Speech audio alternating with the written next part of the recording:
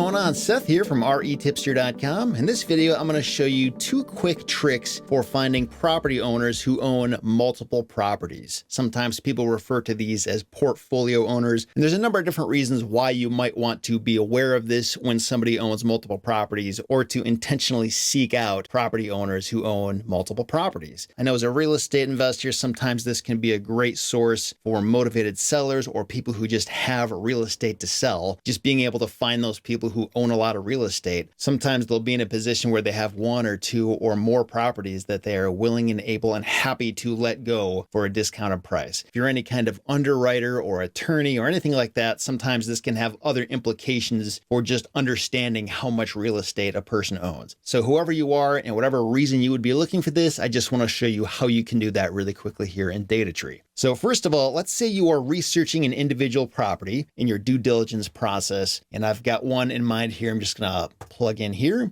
put the APN in, and we can go right here. And whenever you find a property owner that just happens to own multiple properties, you're going to see this thing right here. This is view other properties owned.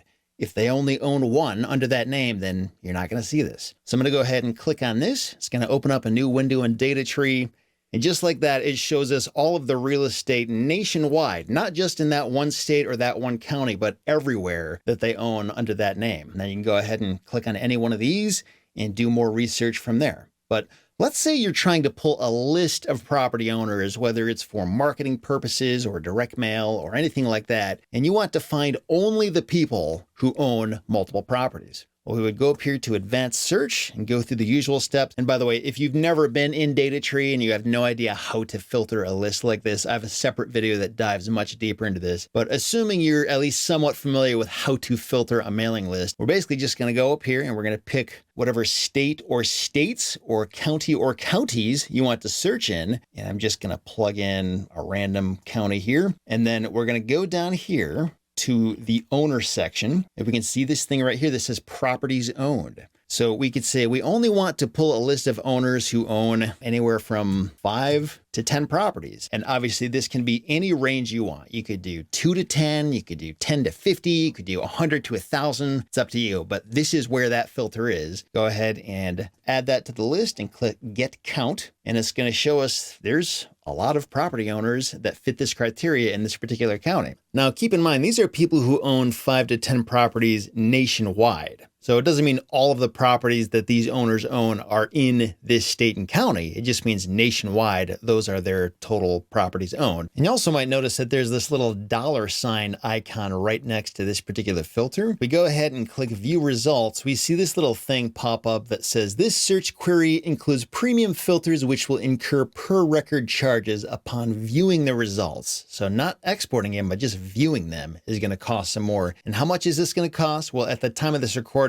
it's an additional 25 cents per record, which is definitely going to add up when we're looking at 4,108 results. But also keep in mind, we have not added any other filters to this list yet. And I can't think of hardly any marketer for any reason who wouldn't add more filters than just this. And obviously the more filters we add, the smaller and smaller this number is going to get. But just be aware, if you do use this filter, it's going to cost quite a bit more, but I also probably wouldn't recommend using this unless you're going to get a lot more specific about the other filtering criteria available here in this menu. And there's a lot of different options and a lot of them can work very effectively. And also keep in mind that once you do get this number whittled down and you're at the point where you're ready to pay that extra money and view the results, you will have the option to remove duplicate owners from your list. So just because you're only filtering by the owners who have multiple properties doesn't necessarily mean you want to download all those leads. You just want to know which individual owners to contact one time regarding all of those properties. So if you're a DataTree user and if understanding how to identify those portfolio owners is important to you, wanted to make sure you are aware of that. And if you're not a DataTree user and you want to become one, you can actually get some special discounted pricing to this service through the REtipster affiliate link. And I'm going to have that link beneath this video. It's retipster.com/DataTree. But regardless of when you're watching this, you should be able to get in at a discounted price if you go through that link. So thanks for watching. Hope you found that helpful. And if you want to see some other cool tricks you can do with DataTree, I have a whole other playlist on YouTube with a lot of these little clever hacks that you can use with a service like DataTree that most people aren't aware of or just don't think about. So be sure to check that out as well. Thanks for watching. Talk to you again soon.